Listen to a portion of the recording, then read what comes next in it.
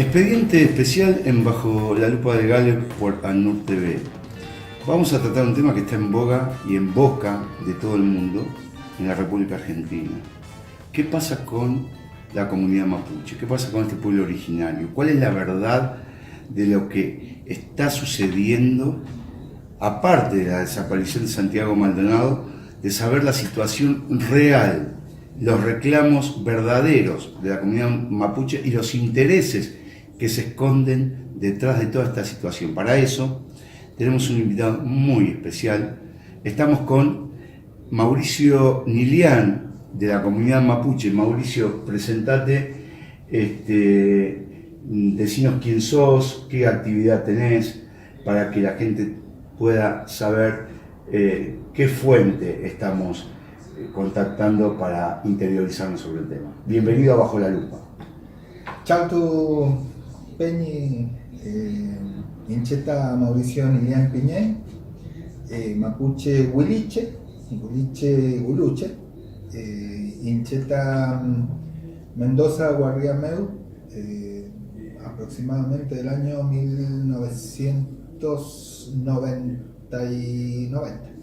Bueno, ahora traducinos qué fue lo que... Que soy mapuche del territorio Huiliche del sur, del lado de la cordillera oeste. Ahí está todo el origen ancestral de nuestro tótem mapuche. Y trabajo en un proyecto educativo intercultural, que es el primer proyecto intercultural mapuche, quechua, huarpe, que se constituyó acá en Mendoza. Y interindígena, digamos. Claro, porque intercultural quizá en ese sentido de decir somos varias culturas distintas que nos juntamos por la necesidad de tener que hacer visual nuestro conflicto como pueblo indígena acá en esta ciudad de Mendoza, y somos las tres corrientes, las tres vertientes culturales que estábamos antes que llegaran los españoles. O sea que este territorio ya estaba habitado por tres civilizaciones que hasta el día de hoy existen. Uno va a distintos rincones acá en Mendoza y los va a encontrar a los mapuches, a los huarpes y a los quechuas. Hablaste de una región, de la región sur, sobre la cordillera del lado oeste. Ajá. ¿Qué significa eso? ¿Qué significa decir? ¿Está dividido en secciones? El pueblo mapuche está dividido desde el ámbito territorial. Son distintas parcialidades, si bien conforman todos un control territorial milenario, pero internamente sus territorialidades son diversas. Incluso hasta hay diferentes formas de hablar el mapudungún, que es la lengua oficial de nuestro pueblo, y eso tiene que ver con los regionalismos. Pero también hay otra forma de organización mapuche que tiene que ver con, y nombres que tienen que ver con sus formas productivas. Los lasquenches, por ejemplo, son gente de la orilla del mar, sea en el lado del Atlántico, sea del lado del Pacífico. Los lasquenches trabajan con los productos del mar, son pescadores. No es lo mismo que los pehuenches. Los pehuenches son gente que vive de la recolección del fruto del pehuen, del pino pehuen, conocido como araucaria. Sí. Y es histórico, ese pueblo siempre comerció el pehuen en todas las formas habidas y por haber, en pan, en harina, en frutos. Los subproductos. Es claro, y era una comunidad que intercambió productos del mar y de la cordillera y de los bosques y de las pampas. O sea, un pueblo que durante miles de años supo coexistir incluso con diferencias territoriales internas. Una gran nación y que tenía una frontera cultural con varios pueblos indígenas del sur y del norte del territorio mapuche. ¿Cómo podríamos definir lo que abarca el territorio de la nación mapuche? Un pueblo, con fronteras imaginarias, ¿no? Son fronteras culturales porque ningún pueblo las infringía. Estamos hablando de que hemos convivido por miles de años con los huarpes, y los huarpes es una pequeña comunidad. Por ahí dicen los mapuches son belicosos. No, si hubiéramos sido un pueblo belicoso, a los huarpes los hubiéramos absorbido militarmente. Bueno, la propaganda dice también, no sé si propaganda o noticia, la verdad que no sabemos cómo denominarlo, con todo este barullo que se armó, que los mapuches desterraron a los tehuelches.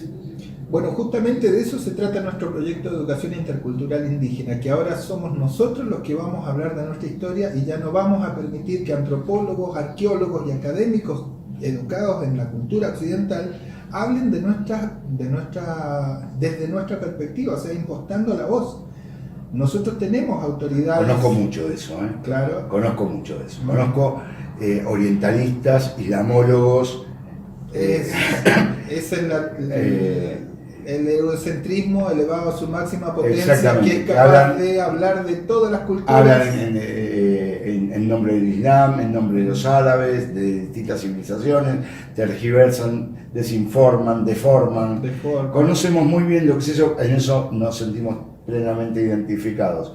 Y te escucho con atención. Dentro de nuestra cultura mapuche existen autoridades que se encargan justamente de mantener viva la historia. Nuestra historia es oral, no tenemos historia escrita. Solamente en los últimos 20-30 años había un esfuerzo por un sector de jóvenes mapuches de Argentina y de Chile, Gulumapu y Puelmapu, que han querido transmitir lo que nuestros abuelos, nuestros ancestros nos dejaron como historia. Entonces se ha logrado hacer como una simbiosis entre la tradición oral de nuestra historia y la tradición occidental escrita. Entonces, entre los dos elementos... Es decir, poner por escrito esa tradición oral. Ha empezado, claro, a salir a través de libros de educadores tradicionales mapuches, historiadores, académicos mapuches, incluso de muchas universidades que empiezan a publicar. Y eso es nuevo. Entonces nuestra historia no está escrita. Lo que hay escrito es lo que vieron los jesuitas, que lo escribieron desde su concepción ideológica, lo que vieron algunos cronistas españoles, y uno de los principales libros que se quedaron de la primera época son unas batallas épicas relatadas por un poeta como Alonso de Ercilla, que escribió La Araucana. Y en ese libro se retrata de principio a fin una heroicidad del pueblo mapuche que no la tuvo ningún pueblo indígena en América. ¿Por qué? Porque los españoles quedaron muy asombrados del tipo de pueblo con el que se encontraron, que habían sido avisados justamente por la gente del llamado Imperio Incaico, que no es imperio, eso es toda una cuestión conceptual, pero hay que discutirlo. El sistema de gobierno incaico ya tenía una experiencia de guerra con los mapuches. Entonces cuando llegan los españoles saben de que venir al sur significaba venir a enfrentar a un ejército indígena. Claro. Pero ellos pensaban que iba a ser como cualquier ejército y que iba a ser una guerra de unos cuantos años y iban a tomar posesión del territorio mapuche. Nunca pudieron. No pudieron. Existió esa frontera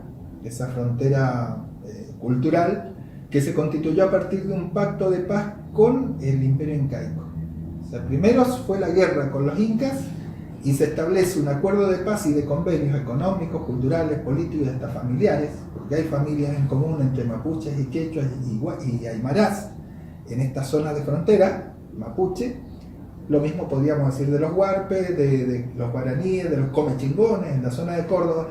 Con muchos pueblos hubo intercambio cultural, pero la frontera se mantenía. Bien. Pero no era una frontera militar, era una frontera cultural. Nunca hubo un ejército en esta frontera mapuche. Bien, ahora, hablando del pueblo mapuche, y también siguiendo con las noticias que dan y esas cosas, diciendo que el pueblo mapuche en realidad es de parte de la Araucanía, de la parte de Chile, vamos a decirlo así, hoy llamado Chile, y que nunca estuvieron en la Argentina. Eso es mentira, entonces.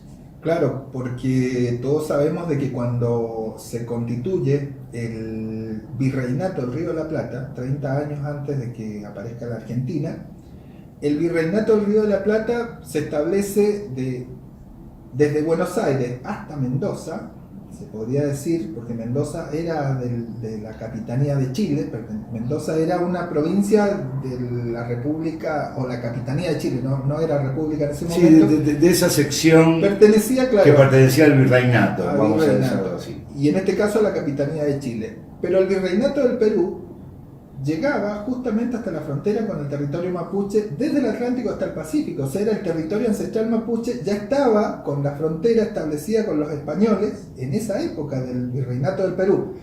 Hasta donde a la altura de Mendoza estamos hablando. Claro, donde el virreinato del Perú se establece. ¿Por qué no cruza para el sur? Porque había parlamentos establecidos del pueblo mapuche. Durante 300 años se firmaron 28 tratados de paz, que de esa frontera, que va del Atlántico al Pacífico, no iban a cruzar las tropas españolas.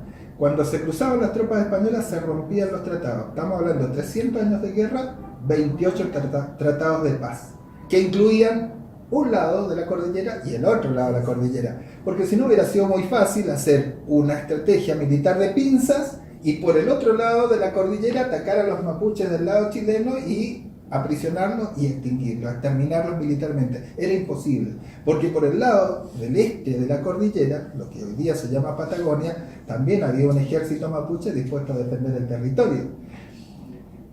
A eso me refiero cuando hablaba de las territorialidades. Podíamos tener nuestras diferencias internas, pero éramos una sola cultura. La cultura de la cosmovisión ancestral mapuche es una sola desde el Atlántico al Pacífico, y siempre digo así, porque nuestro pueblo no era norte-sur, nuestro pueblo siempre se orientaba en base a la salida del sol y donde se oculta el sol. La cordillera no era un biombo, la cordillera siempre fue un punto de encuentro de ambas parcialidades, del Puel Mapu y del Gulu Mapu.